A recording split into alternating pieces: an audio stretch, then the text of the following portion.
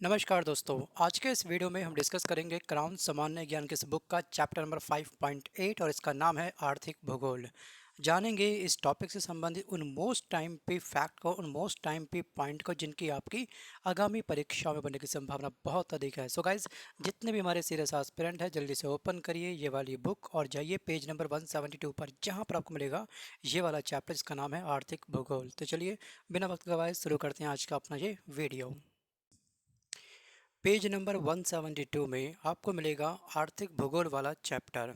इसके अंतर्गत हम लोग पढ़ेंगे प्रमुख फसल, फल और उनके उत्पादक राष्ट्रों के नामों को। तो चलिए स्टार्ट करते हैं।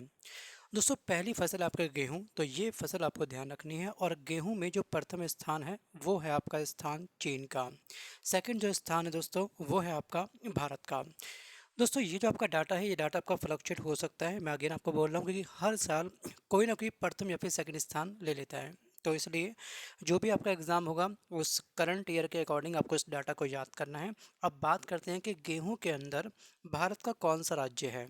गेहूं के उत्पादन में सेकंड नंबर पे इंडिया तो है, लेकिन इंडिया का प्रथम राज्य कौन सा है जहां पर गेहूं का उत्पादन सबसे अधिक होता है? तो जल्दी से आप मुझे कमेंट करिए। और जिन बच्चों को नहीं पता वो इस बुक के ऊपर ही साइड में लिख लीजिएगा छोटे छोटे अक्षरों में। ये आपका हो जाएगा यूपी, बोले तो उत्तर प्रदेश। दोस्तों, अब बात करते हैं यहाँ पर गेहूं के बारे में। तो गेहूं से संबंधित आपको कुछ फैक्ट और ध्यान रखने हैं जो आप इस बुक के साइड में लिखेंगे। गेहूं दोस्तों एक रबी की फसल होती है, ये बात आप ध्यान रखिएगा। और दोस्तों, ये एक शीतोष्ण कटिबंधीय फसल है। और यहाँ पर गेहूं की कुछ वैरायटी भी हमने पिछली सीरीज़ में डिस्कस करी थी जब हमने एक बार कृषि वाला चैप्टर पढ़ा था। राइट, कृषि के प्रकार इंडिया के अंदर की जब बात करी थी हमने, तो आपको ध्यान रखना है कि जो आपका गेहूं में कौन कौन सी किस्म आती है। एक आपका आता है सोना, लेरमा, सोनालिका, हीरा और सेरा। जल्दी से आप मुझे ये सभी के सभी कमेंट करिएगा। इससे क्या होगा कि इससे आपका हो जाएगा रिवीजन। जो हमारे ओल्ड स्टूडेंट हैं जो लगातार इस सीरीज़ को फॉलो कर रहे हैं, बुक को अपने पास में रख के हाईलाइट कर रहे हैं, वो ये काम जरूर करेंगे। और जो बच्चे नए हैं, पहली बार इस वीडियो को वॉच कर रहे हैं, तो प्लीज़ अभी आप रुक जाइए, थम जाइए, अंत तक वीडियो को देखिए। लगता है कि हाँ, इतनी फास्ट क्लास आपके समझ में आ पा रही है तो इस चैनल को लाइक या फिर सब्सक्राइब करिएगा और बुक को बाय करिएगा। दोस्तों, गेहूं से संबंधित को ध्यान रखना कि इसको वार्षिक वर्षा कितनी आवश्यकता होती है। तो गेहूं की फसल या फिर गेहूं को उगाने के लिए जो वार्षिक वर्षा होती है वो होती है 75 सेंटीमीटर। राइट, और उसका जो टेम्परेचर होता है वो आपको चाहिए 10 से लेकर के 30 डिग्री सेल्सियस तक। नेक्स्ट आपकी फसल है दोस्तों वो आपकी होती है धान। धान को हम बोलते हैं राइस, राइस बोले तो चावल। तो चावल में जो प्रथम स्थान प्राप्त है वो चाइना को प्राप्त है और जो सेकंड स्थान प्राप्त है वो है आपको इंडिया को। ठीक है, इंडिया में भी कौन सा राज्य है जहाँ पे चावल का उत्पादन सबसे अधिक होता है? दोस्तों, ये होता है आपका पश्चिम बंगाल। ठीक है, वेस्ट बंगाल या फिर पश्चिम बंगाल, शॉर्ट फॉर्म पे यहीं लिखिए छोटे से अक्षरों में। अगर हम बात करेंगे चावल के बारे में तो आपको अच्छे से ध्यान रखना है कि चावल एक किस प्रकार की फसल है। ये रबी की फसल है या खरीफ की फसल है? जल्दी से बताइए हमको। दोस्तों, चावल हमेशा एक खरीफ की फसल होती है। और चावल में कौन कौन सी किस्म होती है? एक होती है रत्ना, एक होती है IR8, ठीक है, एक होती है जमुना, पद्मा और अन्नपूर्णा। एग्जाम में ये क्वेश्चंस पूछे गए हैं आपसे, कई बार पूछे गए हैं कि आखिरकार इनमें से कौन सी फसल या फिर कौन सी चावल की किस्म नहीं है। अगर आपको ये 4-5 लिस्ट याद होंगी, 4-5 आपको किस्में याद होंगी, तभी आप उसमें से और चूज़ कर सकते हैं। अब बात करते हैं कि चावल अनुसंधान संस्थान कहाँ पे स्थित है। बेसिक क्वेश्चंस है दोस्तों, ये आपका हो जाएगा कटक के अंदर। देखिए, मैं चाहूँ तो 1 to 1 पढ़ा करके क्लास का पैकअप कर सकता हूँ, वीडियो को क्लोज कर सकता हूँ, बट नहीं, पढ़ाई करेंगे तरीके से करेंगे, पढ़ाई के नाम पे घास बिल्कुल नहीं काटेंगे। देखिए, ये सभी पॉइंट आपको बुक के ऊपर लिखने हैं, छोटे छोटे अक्षरों में लिखिए। मैं ये बात तीसरी बार बोल रहा हूँ, अब मैं बिल्कुल नहीं बोलूँगा। इस एडिशनल फैक्ट को अगर आप अलग से A4 पेज पे लिखोगे तो रिवीजन करते समय आपको दिक्कत रहेगी। एग्जाम से चंद दिन पहले सीधे ये बुक उठाओ, सीधे मारो इसमें से रिवीजन खटाखट। ठीक है, अब हम बात करते हैं कि वर्ल्ड राइस रिसर्च सेंटर कहाँ पे स्थित है। तो ये आपका स्थित है मनीला के अंदर। और इसको वार्षिक वर्षा की आवश्यकता होती है 150 सेंटीमीटर। एंड इसको टेम्परेचर चाहिए 25 से लेकर 30 डिग्री सेल्सियस तक। नेक्स्ट आपका है कपास। कपास में प्रथम स्थान है चाइना का। कपास में प्रथम स्थान है चाइना का। और सेकंड किसका है? सेकंड स्थान है हमारे इंडिया का। अब इंडिया में कौन सा राज्य है? तो इंडिया में आपका राज्य है गुजरात। क्या? गुजरात। और जो आपकी कपास होती है, कपास के लिए सर्वोत्तम मिट्टी कौन सी है? तो वो होती है काली मिट्टी। का से काली मिट्टी, का से कपास। ये भी आप ध्यान रखिए, कई बार एग्जाम में पूछा गया। अब बात करते हैं तंबाकू के बारे में। दोस्तों, तंबाकू में नंबर 1 पे आपका हो जाएगा चाइना। और जो सेकंड स्थान है ये है हमारे इंडिया का। और इंडिया में तंबाकू कहाँ मिलता है मैक्सिमम? तो ये मिलता है आंध्र प्रदेश में। कहाँ पर? आंध्र प्रदेश में। नेक्स्ट आपका प्राकृतिक रबड़। प्राकृतिक रबड़ में जो फर्स्ट स्थान है वो आपका थाईलैंड का, सेकंड स्थान है इंडोनेशिया का। फर्स्ट स्थान थाईलैंड एंड सेकंड स्थान है इंडोनेशिया का। नेक्स्ट पॉइंट देखते हैं। अच्छा, प्राकृतिक रबड़ के बाद में अगर हम बात करेंगे इंडिया में कौन सा स्टेट है, तो इंडिया में आपका हो जाएगा केरला या फिर केरल। चलिए अगला पॉइंट देखते हैं। दलहन। दलहन में प्रथम स्थान है भारत का। दलहन के अंदर जो प्रथम स्थान है, दलहन बोले तो दालें, दालों में प्रथम स्थान इंडिया का है। बट इंडिया में कौन सी स्टेट है नंबर 1 पे? दोस्तों ये होती है मध्य प्रदेश। मध्य प्रदेश को बोलते हैं सोया प्रदेश। क्यों? क्योंकि यहाँ पर सोयाबीन सबसे अधिक मात्रा में मिलता है। चलिए अब नेक्स्ट थोड़ा सा और मूव करते हैं, पेज नंबर 173। बात करते हैं मूंगफली के बारे में। तो मूंगफली में नंबर 1 पे आपका हो जाएगा चाइना एंड सेकंड नंबर पे आपका है भारत। लेकिन भारत के अंदर कौन सा राज्य है फर्स्ट नंबर पे? तो ये आपका हो जाएगा गुजरात। मसालों में नंबर 1 पे आपका है क्या? भारत।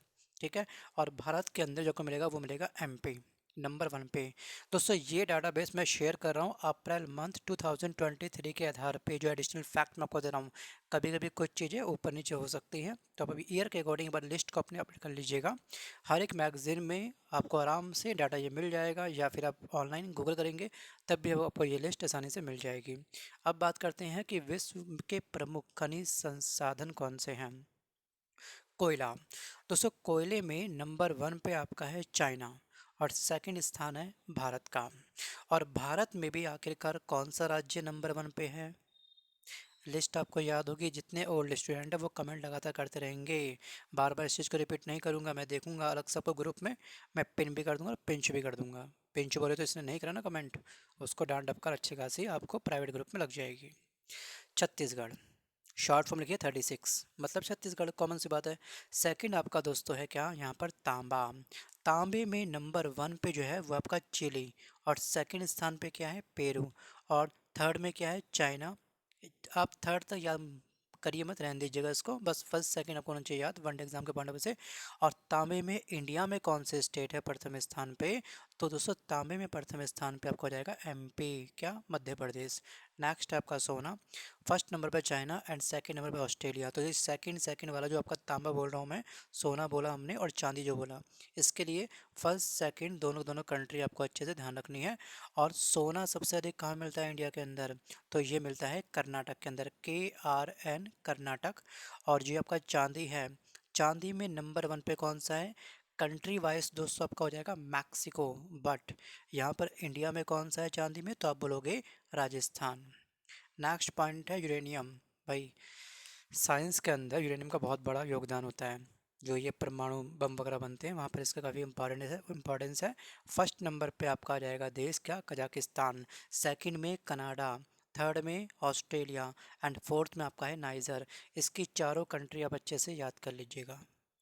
यूरेनियम के अंदर इंडिया में यूरेनियम सबसे अधिक कहाँ मिलता है?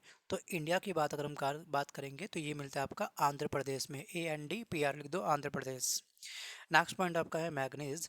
नंबर 1 पे आपका दक्षिण अफ्रीका। मैग्नीज में क्या? दक्षिण अफ्रीका नंबर 1 पे है। और मैग्नीज के अलावा अगर हम बात करेंगे इंडिया में कौन है दोस्तों? इंडिया में आपका हो जाएगा MP, क्या? मध्य प्रदेश। नेक्स्ट पॉइंट आपका है कोबाल्ट। कोबाल्ट में नंबर 1 पे आपका कांगो है। फिर आते हैं ग्रेफाइट के बारे में।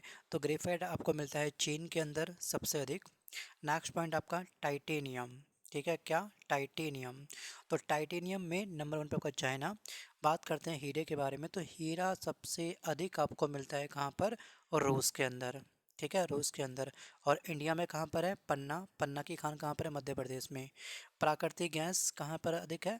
ये आपको मिलेगा अमेरिका में। अमेरिका का नंबर 1 स्थान है प्राकृतिक गैस के अंदर। लेकिन इंडिया में कौन है दोस्तों? इंडिया का ध्यान रखिएगा, डिगबोई वाला स्थान, पहला जो आपका प्राकृतिक गैस का प्लांट खुला था वो खुला था असम के अंदर। खनिज तेल पेट्रोलियम अमेरिका, बस ये आपको ध्यान रखना है। नेक्स्ट बात करते हैं खनिज उत्पादन के क्षेत्र। अगर हम बात करें थे अभी हमने कोयला सबसे ज़्यादा आपको मिलता है चाइना के अंदर। इंडिया में स्टेट थी फर्स्ट नंबर पे छत्तीसगढ़। लेकिन कुछ डेडिकेटेड स्थान है जहाँ पर आपको कोयला सबसे अधिक मात्रा में मिलता है पूरे वर्ल्ड का परसेंटेज के अकॉर्डिंग। इसमें आपको दोस्तों कोयले के अंतर्गत आपको ध्यान रखना है, एक तो आपका है यहाँ पर क्या? मिसौरी। ठीक है। उसके बाद आपको ध्यान रखना है, एक आपका क्षेत्र है मंचूरिया। बस ये दो चीज़ आपको ध्यान रखिएगा। नेक्स्ट पॉइंट आपका लो एस्क, यहाँ पर कुछ फेमस स्थान है, इसमें आपको ध्यान रखना है पिलबारा क्षेत्र। पिलबारा क्षेत्र ये रहा। पिलबारा क्षेत्र क्यों विख्यात है, या फिर पिलबारा क्षेत्र में आखिरकार किस खनिज उत्पादन का सर्वोत्तम स्थान मिलता है, या फिर हम कह सकते हैं कि एक्स वाई जेड स्थान पर आखिर कौन सा खनिज प्राप्त होता है। ऐसे क्वेश्चन पूछ लेता है आपसे। अब बात करते हैं मैग्नीज के बारे में। दोस्तों यहाँ पर एक खान है, इसको बोलते हैं माउड खान। ठीक है। माउड खान आखिरकार क्यों विख्यात है, ये इसलिए विख्यात है कि यहाँ पे मैग्नीज आपको सबसे अधिक मिलता है। तांबे में आपका क्या है, क्यूरिक माटा क्षेत्र, ये आपको मिलता है चिली के अंदर। यहाँ पर तांबे का उत्पादन सबसे अधिक होता है, तांबा सबसे अधिक मिलता है यहाँ पर। नेक्स्ट पॉइंट आपका सोना है, यहाँ पर कालगुर्ली व कुलगाड़ी, ये दोनों ही सोने की काफ़ी फेमस खान है। वर्ल्ड में सबसे अधिक सोना यही मिलता है। और ये कहाँ पर स्थित है, ये आपका स्थित है ऑस्ट्रेलिया के अंदर। कहाँ पर, ऑस्ट्रेलिया के अंदर। नेक्स्ट पॉइंट है चांदी। चांदी को बोलते हैं, चांदी के लिए फेमस जो स्थान है वो आपका है पोटेसी, ये पड़ता है आपका वाल्विया के अंदर। इस क्षेत्र को आप करिए हाईलाइट मार्कर से अपने। नेक्स्ट आपका है क्या, हीरा। किम्बरेली की खान कहाँ पर स्थित है, किम्बरेली के दोस्तों जो खान है वो हीरे के लिए विख्यात है, और ये आपको मिलेगी दक्षिण अफ्रीका के अंदर। नेक्स्ट पॉइंट हमने डिस्कस किया आपको पन्ना के बारे में, मध्य प्रदेश में। और गोलकुंडा की खान दोनों कहाँ पर स्थित है, गुजरात के अंदर। जो चीज़ हमको अंडरलाइन कर रहे हैं, हाईलाइट करवा रहे हैं, ये एग्जाम में पूछा गया कई बार, 5 से अधिक बार विभिन्न एग्जाम में पूछा गया, इसलिए आपको ये तो कम से कम पढ़ना पड़ेगा। नेक्स्ट पॉइंट है आपका पेट्रोलियम। पेट्रोलियम के लिए आपको ईरान का एक स्थान ध्यान रखना है और कुवैत का स्थान ध्यान रखना है। ये आपका है बुर्गान की पहाड़ियाँ, कहाँ पे स्थित है, कुवैत में। सीधे एग्जाम में क्वेश्चन ये पूछा गया है, कहाँ पर स्थित है, ये कुवैत के अंदर। नेक्स्ट आपका है ये धावर। बस ये याद रखिए, धावर कहाँ पर है, सऊदी अरब में। ये किस लिए फेमस है, यहाँ पर आपका पेट्रोलियम का उत्पादन सबसे अधिक होता है। नेक्स्ट पॉइंट आपका क्या है, यूरेनियम।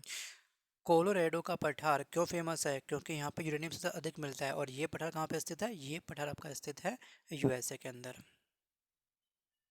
अब बात करते हैं फेमस नगर और उनसे संबंधित कुछ उद्योग।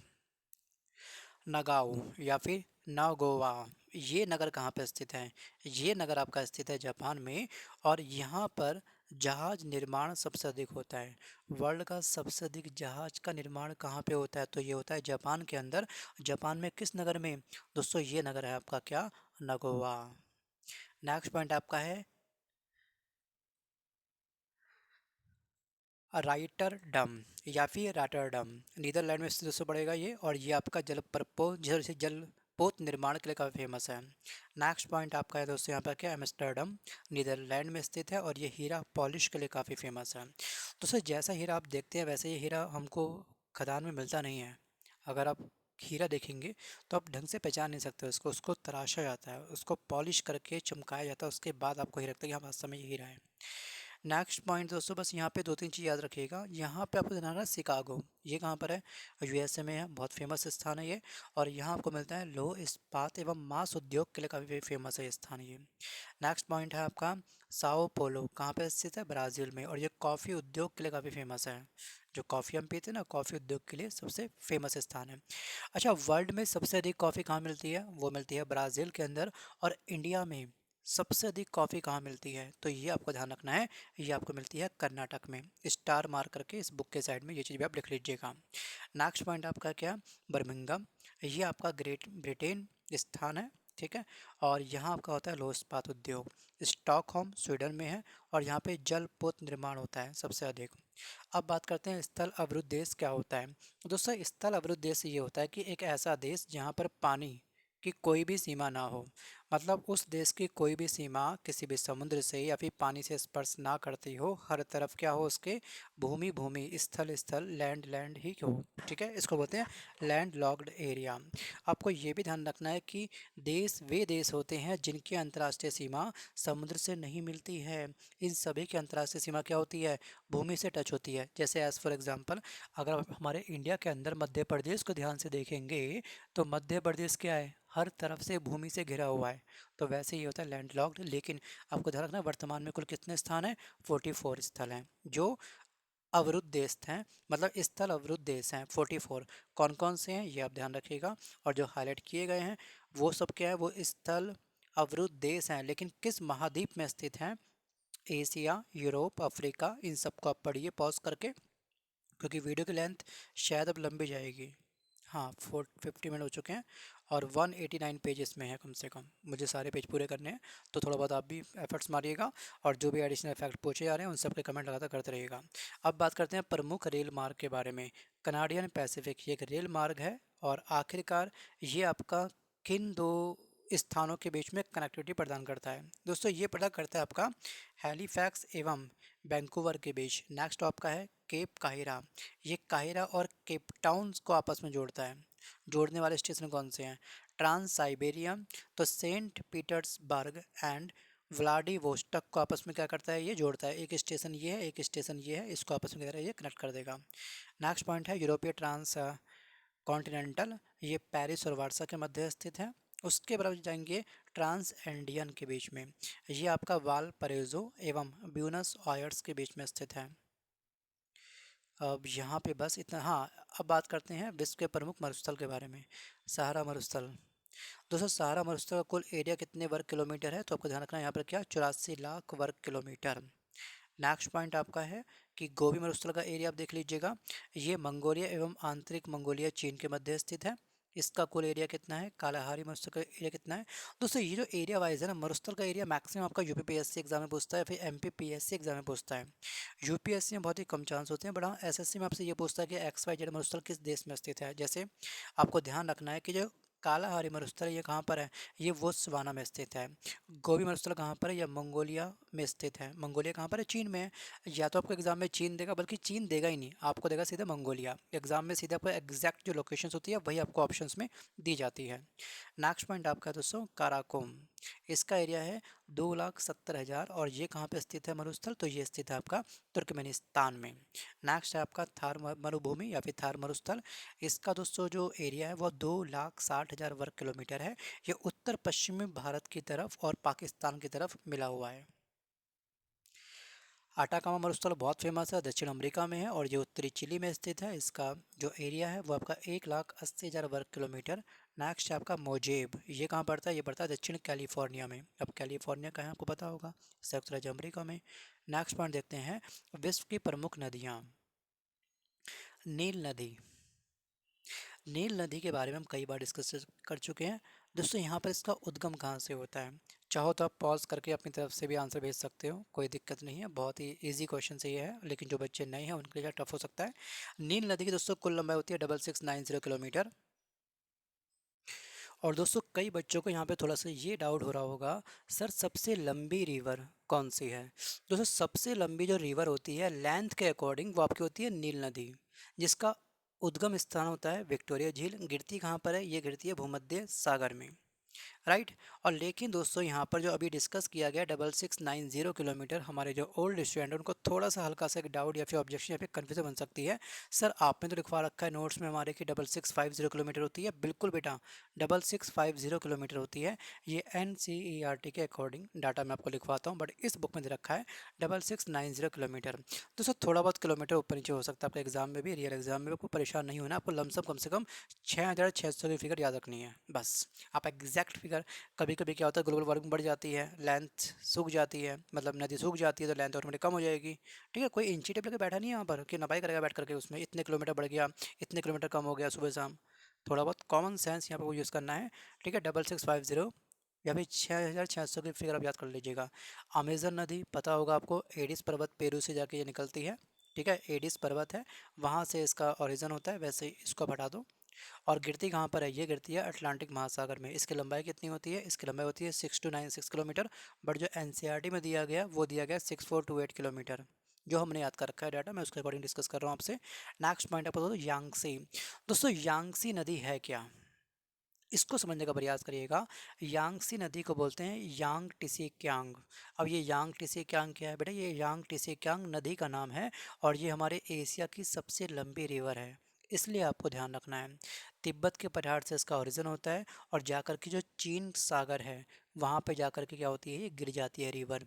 इसकी लंबाई कितनी होती है? तो यांग टिसी क्यांग की जो अभी लंबाई है वो आपकी 5797 किलोमीटर, ये दिया गया एनसीईआरटी में। अब यहाँ पे हल्की सी कन्फ्यूज़न है, आप इसको हटा दो। इसे याद कर लो। नेक्स्ट पॉइंट कहते हैं हुआंगो रिवर। दोस्तों ये आपका क्यून लून पर्वत से निकलती है, गिरती है चील की खाड़ी में। इसकी कुल लंबाई होती है 4667। नेक्स्ट पॉइंट देखते हैं। वैसे अब इसको बोल सकते हैं सिंपल ना, ये कंफ्यूज कर रहा है। ये जो आपकी रिवर है ये तिब्बत के पठार से निकलेगी, ठीक है, तिब्बत के पठार से निकलेगी और चील की खाड़ी में जाके गिर जाएंगी। इसकी लंबाई कितनी होती है? इसकी लंबाई होती है 4667 किलोमीटर। नेक्स्ट पॉइंट देखते हैं यहाँ पर फिलहाल कांगो, जिसे बोलते हैं जायरे, है ना। और यहाँ पे आपको ध्यान रखना है कि इसका उद्गम स्थान ये रहा आपके सामने, ला पूला, और गिरती कहाँ पर है? अटलांटिक महासागर में। कुल लंबाई कितनी है? 4371 किलोमीटर, ठीक है, 4371 किलोमीटर। दोस्तों लेकिन ये आपके महेश बनवाल की बुक या फिर जो आप एनसीईआरटी, सॉरी क्या नाम था, लुसेंट की बुक को पढ़ोगे, वहाँ पर आई थिंक इस रिवर की लंबाई दे रखी है 4700 किलोमीटर। देखिए एग्जाम में ना, मैं साफ बोल रहा हूँ आपको, एग्जाम में एग्जैक्ट ये फिगर नहीं दी होती है। आपको देता है कि एक्स वाई जेड लेंथ की लंबाई का मिलान करिए वगैरह, ऐसे क्वेश्चन देगा। तो वहाँ आपको देगा क्या? 4000 किलोमीटर, 5000 किलोमीटर, ठीक है, अप्रोक्स अप्रोक्स सब जगह लगा देगा वो। तो कॉमन सी बात है, इस पर टिक मार के आएंगे आप। नेक्स्ट पॉइंट देखते हैं वोल्गा। वोल्गा रिवर क्यों फेमस है भाई? कौन से महाद्वीप की सबसे लंबी रिवर है वोल्गा रिवर? मुझे आप कमेंट करिए एक बार। देखिए वल्डाई पठार से निकलती है, गिरती है कैस्पियन सागर में। कुल लंबाई इसके 3687 किलोमीटर है, ठीक है।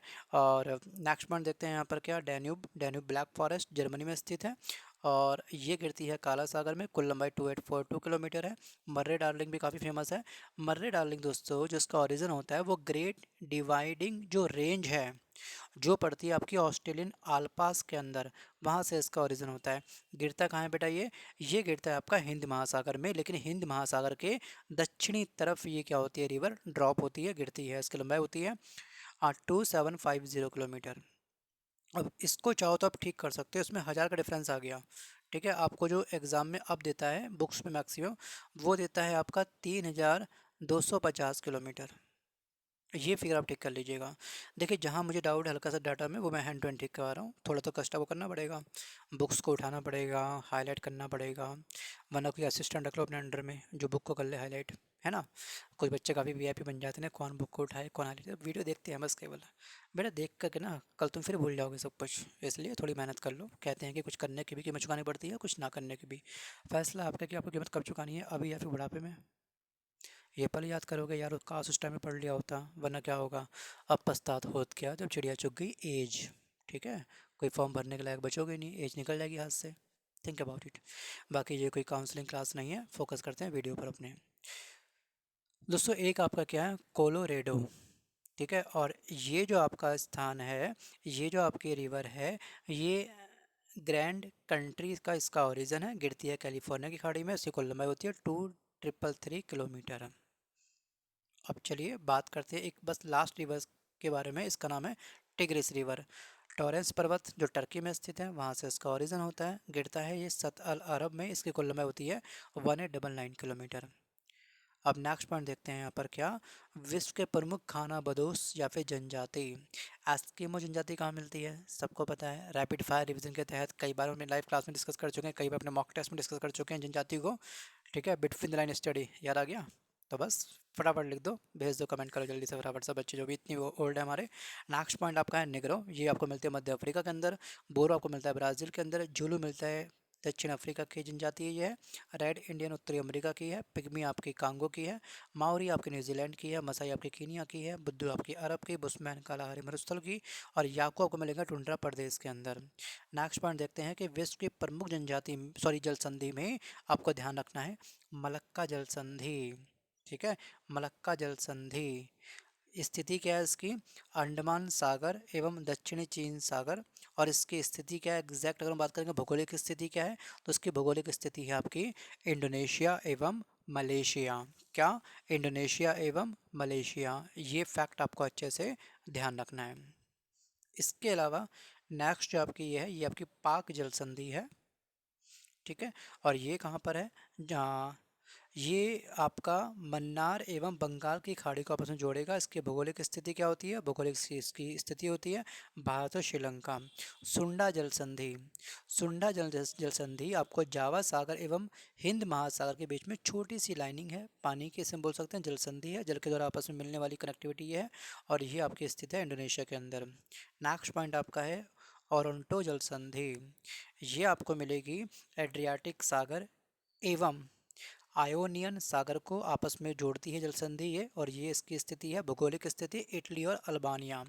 मैप को ओपन करिए, इन सब के लोकेशन को ध्यान से देखिएगा, आपको ये सभी जल संधि दिखनी चाहिए। जब टैली करोगे, क्रॉस चेक करोगे अच्छे से मैप के थ्रू, तो ये आपको हमेशा लंबे समय तक रहेगी याद।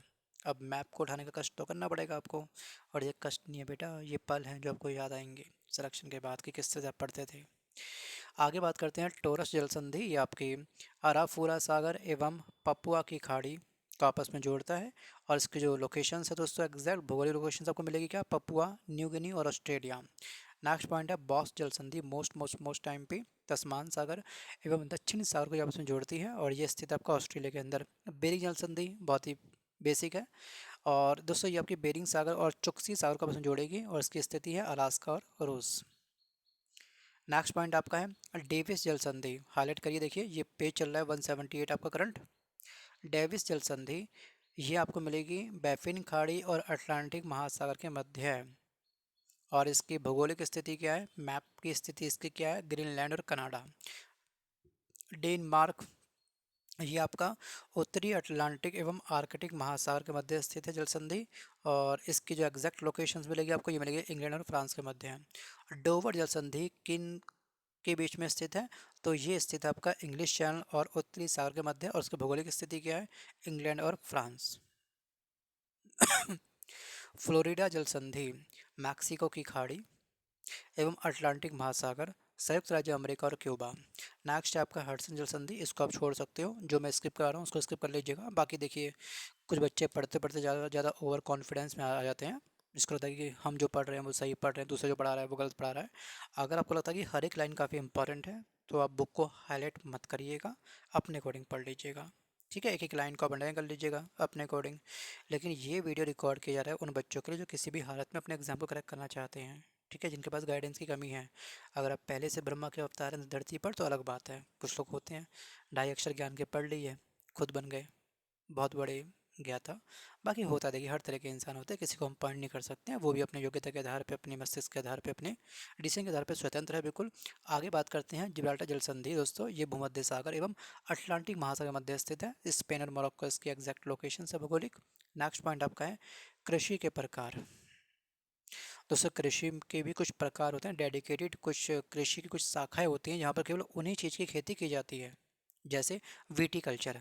अगर आपने कोई फॉर्म भरा और आपकी पोस्टिंग हो चुकी है विटीकल्चर डिपार्टमेंट के अंदर, तो आप साफ साफ ये ध्यान रखिएगा कि जो अंगूरों का व्यापारिक स्तर पर जो उत्पादन होता है उसका देखरेख आप ही करेंगे, और दोस्तों ये होता है विटीकल्चर, ये कहलाता है विटीकल्चर। आखिरकार विटीकल्चर किस फसल का उत्पादन में योगदान देता है? दोस्तों इसका योगदान है, या फिर इस ब्रांच का संबंध है आपका अंगूरों के व्यापार से। एक बड़े स्केल पे अंगूरों की खेती होती है, ये नहीं कि आप पहुंच जाओ भाई विटीकल्चर डिपार्टमेंट के अंदर, भैया हमको 250 ग्राम चाहिए अंगूर, 1 किलो चाहिए अंगूर, नहीं, व्यापारिक दृष्टि से।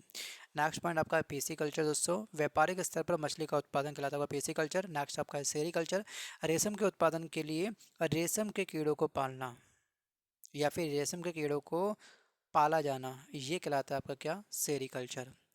नेक्स्ट पॉइंट देखते हैं दोस्तों, यहाँ पर क्या एक आपका हॉर्टिकल्चर है। देखिए कल्चर मैं सभी पूरे करवाऊंगा, कोई स्किप नहीं करवाऊंगा इसमें, क्योंकि सभी कल्चर काफ़ी इंपॉर्टेंट है, गिने चुने 8-10 कुल हैं। हॉर्टिकल्चर दोस्तों फलों एवं सब्जियों की कृषि को हम कहते हैं हॉर्टिकल्चर। एपी कल्चर में क्या होता है? एपी कल्चर में शहद का उत्पादन होता है। शहद किससे बनेगा? मधुमक्खी से, तो मधुमक्खी को पालोगे तो शहद आपको अपना मिल जाएगा। नेक्स्ट पॉइंट आपका है सिल्वीकल्चर। यह वानिकी की एक शाखा होती है जिसमें वनों के संरक्षण एवं संवर्धन की क्रिया शामिल होती है। ध्यान रखिएगा जो सिल्वीकल्चर होता है उसमें वन, और वन कैसे ग्रो करें, पेड़ पौधे कैसे ग्रो करें, संवर्धन की क्रिया कैसे हो, ये एक्टिविटी कहाँ होती है? आपको होती है सिल्वीकल्चर में। नेक्स्ट पॉइंट आपका क्या है? फ्लोरिकल्चर। फ्लोरी बोलते हो फूल वगैरह। नेक्स्ट आपका है ऑर्बेरिकल्चर, वृक्षों तथा झाड़ियों की कृषि क्या कहलाती है, उसको बोलते हैं ऑर्वेरी कल्चर। एक आपका होता है ऑलेरी कल्चर। जमीन पर फैलने वाली सब्जियों की कृषि के विज्ञान को हम क्या बोलते हैं, इसको बोलते हैं ऑलेरी कल्चर। नेक्स्ट पॉइंट आपका है एरोफोनिक्स। एरो बोले तो एयर, एयर बोले तो हवा, पौधों को हवा में उगाना। वर्मी कल्चर फेमस है केंचुआ पालन। अच्छा, केंचुए को किसान का क्या कहा जाता है, दुश्मन, मित्र, भांजा, भतीजा, क्या बोलते हैं इसको, ये आप मुझे कमेंट करिए, ये आपको मैंने ऑप्शन दे दिए। नेक्स्ट पॉइंट देखते हैं दोस्तों, नदियों के किनारे बसे हुए वर्ल्ड के कुछ प्रमुख नगर। लेकिन दोस्तों इंडिया में भी कुछ फेमस स्थान हैं, उसकी लिस्ट भी मैं आपसे पूछूंगा अभी। जो ओल्ड स्टूडेंट हैं वो, और जो नए बच्चे हैं, पॉज करके इन सभी पॉइंट को लिख लीजिएगा। कुछ तो सोचेंगे यार सब बार बार सर तो ओल्ड स्टूडेंट कर रहे हैं, तो ये तो लगता है पूरा फोकस पे आप कमी निकालना तो निकाल सकते हो, लेकिन ये वीडियो आपके लिए भी है। आप बुक तो लाओ पहले मार्केट से, हाईलाइट करने वाले तो बनो, फिर हम आपको ही बोलेंगे आप ओल्ड स्टूडेंट हैं, कैसे आपको हमारे ग्रुप में ऐड होना है, फ्री ग्रुप में, वो भी डिस्कस कर देंगे। बट आप पढ़ने वाले बनो, हमको लगेगा आप सच में एक्टिव हैं, ग्रुप में आप आ जाओगे, फिर आप पढ़ नहीं पाओगे, कुछ बिजी हो जाते हैं बच्चे ज़रूरत से ज़्यादा किसी दूसरी लाइफ पे। चलिए अब बात करते हैं फिलहाल मुद्दे की, रोम। रोम दोस्तों क्या है, रोम एक्चुअली एक इटली का बहुत फेमस शहर है, नगर है। और ये नगर किस नदी के किनारे स्थित है, ये स्थित है आपका टाइबर नदी के किनारे। लंदन कहाँ पड़ता है, लंदन इंग्लैंड में है, और ये आपको मिलेगा टेम्स नदी के किनारे स्थित है ये। नेक्स्ट पॉइंट आपका पेरिस है। पेरिस आपको मिलेगा सीन नदी के किनारे। नेक्स्ट आपका बोन है। बोन पड़ता है जर्मनी में एक्चुअली। और ये जो बोन नगर है ये आपको मिलेगा राइन नदी के किनारे। कहाँ पर, ये स्थित है राइन नदी के किनारे। कोई दिक्कत नहीं किसी को, यहाँ तक क्लियर है। नेक्स्ट पॉइंट आपका है क्या, वियना। वियना कहाँ पर है दोस्तों, वियना आपका स्थित है ऑस्ट्रिया में। ऑस्ट्रेलिया और ऑस्ट्रिया जब हमने पढ़ाया था चैप्टर को डिफरेंस करके, तो ऑस्ट्रेलिया किस महाद्वीप में स्थित है, ऑस्ट्रेलिया खुद में एक महाद्वीप है, राइट। ये जो ऑस्ट्रेलिया है ये किस मध्य यूरोप में पड़ता है, मध्य एशिया में पड़ता है, मध्य दक्षिण अफ्रीका में पड़ता है, ये देश है कहाँ पर, ये बताइए हमको। नेक्स्ट पॉइंट आपका टोक्यो है। टोक्यो आपका जापान में है। और दोस्तों इस ये जो आपका टोक्यो है ये अराकावा नदी के किनारे स्थित है। कोई दिक्कत तो नहीं, इजी होगा आप लोगों के लिए। नेक्स्ट पॉइंट आपका है दोस्तों क्या, बगदाद। बगदाद कहाँ पर है, बगदाद दोस्तों, बगदाद आपका इराक का बहुत ही फेमस नगर है, और ये आपका पड़ेगा टाइग्रस नदी के किनारे। बर्लिन जर्मनी में, वही सेम वर्साई की संधि 1919 वाला, समझ गए होंगे आप लोग। और ये पड़ेगा सिप्री नदी के किनारे। नेक्स्ट पॉइंट आपका है क्या, असवान। ये नगर है आपका मिस्र के अंदर, और ये स्थित है आपका नील नदी के किनारे। नेक्स्ट पॉइंट है आपका कोलोन। कहाँ पर है, ये स्थित आपका जर्मनी के अंदर है, ध्यान रखिएगा जर्मनी के अंदर स्थित है, और ये आपका राइन नदी के किनारे स्थित है। कहाँ पर, राइन नदी के किनारे। नेक्स्ट पॉइंट आपका न्यूयॉर्क है, अमेरिका में, हडसन नदी। लाहौर वही सिंपल पाकिस्तान, वही पंजाब नेशनल बैंक वाला। भाई पीएनबी की जो स्थापना हुई थी, पहले जो ब्रांच इसकी स्थापित हुई थी, मेन जो ब्रांच है इसकी एक्चुअली लाहौर के अंदर स्थित है। नेक्स्ट पॉइंट, ठीक है, लाहौर पड़ेगा आपका रावी नदी के किनारे स्थित है। नेक्स्ट पॉइंट देखते हैं कराची। कराची वही पाकिस्तान, और ये पड़ेगा आपका संधू नदी के तट पर स्थित है ये नगर। नेक्स्ट पॉइंट आपका दिल्ली। दिल्ली हमारा सिंपल यमुना, और कहाँ पर स्थित है, कौन सी रिवर, यमुना। अब दोस्तों यहाँ पे इंडिया से संबंधित कुछ और आपको ध्यान रखने हैं, वो अभी लिखवाएं या बाद में लिखवाएं, समझ नहीं आ रहा मुझको, आप बताइए। चलिए इंडिया से संबंधित आप मुझे लिख के भेज दो, जिसको जो याद हो ना कि कौन सा नगर कहाँ पे स्थित है, उसकी लिस्ट आप मुझे कमेंट कर दीजिएगा। वैसे एक बात अच्छी है दोस्तों, पता है क्या, ये क्लास ना ऑफलाइन रिकॉर्डिंग वाली है, ऑफलाइन वीडियो पब्लिश हो रहा है ये। अगर ये क्लास होती है ना लाइव क्लास, तब तो आपकी बन जाती है रियल अच्छी खासी। त्राही माम लाइव क्लास में हमारे होता है, मतलब बच्चे इतने थक जाते हैं कि क्लास के बाद में लोगों को, बच्चों को हाथ में आयोडेक्स मलना पड़ता है। अभी देखिए एग्जाम्पल के तौर पे कितने बच्चे कमेंट करते हैं, देखते हैं। दोस्तों बच्चों आप मुझे भेजोगे फटाफट से कि हैदराबाद शहर, अहमदाबाद, बद्रीनाथ, कटक, ठीक है, और जबलपुर, कानपुर, कोटा, कलकत्ता, लखनऊ, लुधियाना। और इसके अलावा आप मुझे लिख के भेजोगे क्या, आप मुझे लिख के भेजोगे नासिक के बारे में, नासिक, सूरत, विजयवाड़ा, मुरादाबाद, ठीक है, और डिब्रूगढ़, ये सभी किस नदी के किनारे स्थित हैं, बस। अब बात करते हैं यहाँ पर क्या, बात करते हैं स्टालिनग्राड, बहुत फेमस नगर है अभी, बहुत फेमस, और ये स्थित है आपका रूस के अंदर। हम इस पॉइंट के बारे में बात कर रहे हैं, ठीक है। और ये नगर किस नदी के किनारे स्थित है, ये स्थित है आपका वोल्गा रिवर के किनारे। नेक्स्ट पॉइंट आपका बेलग्रेड है, ये आपका यूगोस्लावाकिया, पता होगा आपको कहाँ पर है। ये आपका स्थान है डैन्यूब नदी के तट पर स्थित बेलग्रेड। वर्ल्ड की प्रमुख भौगोलिक खोज, रुको रुको रुको, चलिए अब हम जो मैंने आपसे क्वेश्चन पूछा है उसका आंसर आप टैली कर लीजिए हमारे साथ में। मैंने आपसे आई थिंक पूछा था हैदराबाद के बारे में भी। तो हैदराबाद दोस्तों शहर इंडिया का बहुत ही फेमस शहर है। ये आपको पड़ेगा मूसी नदी के किनारे स्थित है। ये मूसी नदी के तट पर स्थित है। We can say that Ahmedabad, Sabarmati, Cuttack, Mahanadi. और क्या पूछा बेटा मैंने आपसे? मैंने आई थिंक आपसे पूछा था कानपुर के बारे में। उसके बाद है ना, कानपुर पड़ेगा गंगा के किनारे, कोटा पड़ेगा चंबल के किनारे, कलकत्ता हुगली के, लखनऊ गोमती के। और क्या पूछा मैंने आपसे बेटा? लुधियाना पूछा शायद उसके बाद ना, ला लुधियाना, हाँ। फिर मैंने आपसे पूछा था सतलुज, ठीक है। उसके बाद दोस्तों नासिक पड़ता है, गोदावरी नदी के तट पर स्थित है। सूरत तापी, विजयवाड़ा कृष्णा। और क्या पूछा मैंने आपसे? बस आई थिंक इतना पूछा था मैंने आपसे। चलो, मुझे खुद याद नहीं, मैं फ्लो फ्लो में कितना पूछ जाता हूँ आपसे। अब दोस्तों यहाँ बात करते हैं कुछ वर्ल्ड की प्रमुख भौगोलिक खोज। दोस्तों एक आपका है कैप्टन कुक। इसने हवाई द्वीप समूह की खोज करी थी। जब हमने आपको कॉन्टिनेंट मतलब महाद्वीप के बारे में डिस्कस किया था, दो कुक आए थे उसमें, है ना। मैंने कहा था कंफ्यूज मत होना कुक के बारे में। दो अलग कुक्स, दक्षिण अफ्रीका, उत्तरी अमेरिका, यूरोप था या अफ्रीका था, इन चारों महाद्वीप से संबंधित इन दोनों की पर्सनालिटी के साथ जुड़ा हुए थे। दोनों पर्सनालिटी याद करिए, आगे बढ़िए, पिछला भूलिए। इस सिद्धांत पे पढ़ रहे हैं, चल जाएगा। बताइए मुझको कितने बच्चे कमेंट कर पाते हैं। और जो बच्चे नए हैं वो इस बुक को मार्केट से बाय कर लो, ठीक है। ये कोई एफिलिएशंस वीडियो नहीं है, ध्यान रखिएगा। कोई एफिलिएट लिंक नहीं है डिस्क्रिप्शन बॉक्स में। फ्यूचर में कभी डिस्क्रिप्शन बॉक्स में मैं लिंक डाला तो कुछ कंडीशंस अप्लाई होंगी, जिसकी वजह से हम लोगों को लिंक डालना पड़ेगा डिस्क्रिप्शन बॉक्स में। लेकिन बाय आप अपने अकॉर्डिंग करिए। 1 साल बाद बाय करिए बुक को, या 5 साल बाद बाय करिए। जब करना आपको पढ़ाई स्टार्ट तब करिएगा इस बुक को बाय। कहते हैं कि 10 किताब को एक बार भी ना पढ़ने से ज़्यादा अच्छा किसी एक किताब को 10 बार पढ़ लेना। जब भी आप सेम बुक को दोबारा रिपीट करते हो ना, सेकंड टाइम पढ़ते हो, एक बार तरीके से पढ़ लिया तो सेकंड टाइम को कुछ ना कुछ नया जरूर मिलता है। विधि का विधान नहीं है ये बस माइंड का फॉर्मेट हमारा ऐसा बना हुआ है। आपको सेकंड टाइम जब पढ़ोगे मज़ा आएगा आपको। वीडियो केवल आपको ज़िंदगी में 2 बार देखना है। एक बार अभी देख लिया, सेकंड टाइम दोबारा देखिए, बुक को करिए हाईलाइट। तीसरी बार इस चैनल के इस प्लेलिस्ट को आपने बिल्कुल भी फॉलो नहीं करना है। बस 2 बार इनफ है। जो रिवीजन करना है बुक में से करना है बस। आगे बात करते हैं कॉपरनिकस, सौरमंडल से संबंधित है।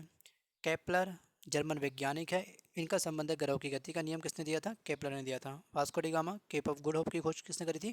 वास्को डी गामा ने। कब करी थी? 1498 में। अब ये केप ऑफ गुड होप आखिरकार है कहाँ पर? किस महाद्वीप का सबसे निचला हिस्सा था केप ऑफ गुड होप? याद करिए।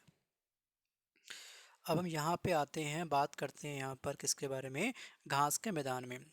अच्छा, डाउन्स जो घास का मैदान है, इसका संबंध किस देश से जुड़ा हुआ है? Right answer is Australia. Next point आपका सवाना है।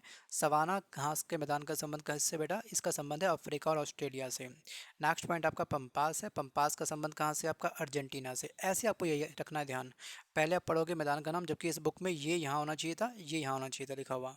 थोड़ा सा इसने आगे पीछे कर रखा है, कोई बात नहीं बेटा, हो सकती है गलतियाँ सबसे, कोई इतनी बड़ी गलती नहीं है। जो पंपास है इसका संबंध अर्जेंटीना से है। वेल्स का संबंध दक्षिण अफ्रीका से है। और स्टेपी जो घास का मैदान है इसका संबंध है यूरेशिया से। अब बात करते हैं कबीलाई मानवों के आवास।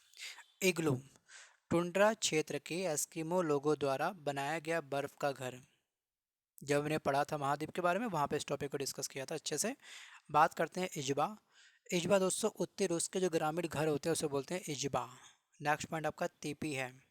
ये आपका रॉकी पर्वत के रेड इंडियन का तंबूनुमा घर क्या कहलाता है? इसे किस नाम से जाना जाता है? इसको बोलते हैं हम लोग क्या? टीपी।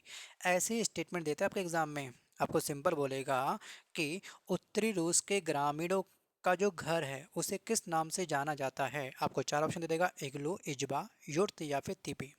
आपको ध्यान रखना है इजबा।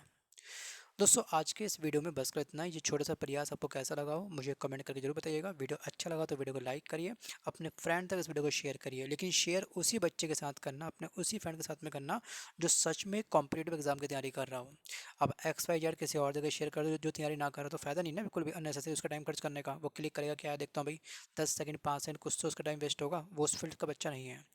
उसको शेयर करिए अपने फ्रेंड को जो तैयारी कर रहा हो कॉम्पिटिशन्स की। बाकी दोस्तों ये था आपका वीडियो नंबर 58। अब तक 57 वीडियो बन चुके हैं। प्लेलिस्ट का लिंक डिस्क्रिप्शन बॉक्स में मिल जाएगा। मिलता हूँ जल्द एक नए वीडियो के साथ, तब तक धन्यवाद। Bye bye and take care.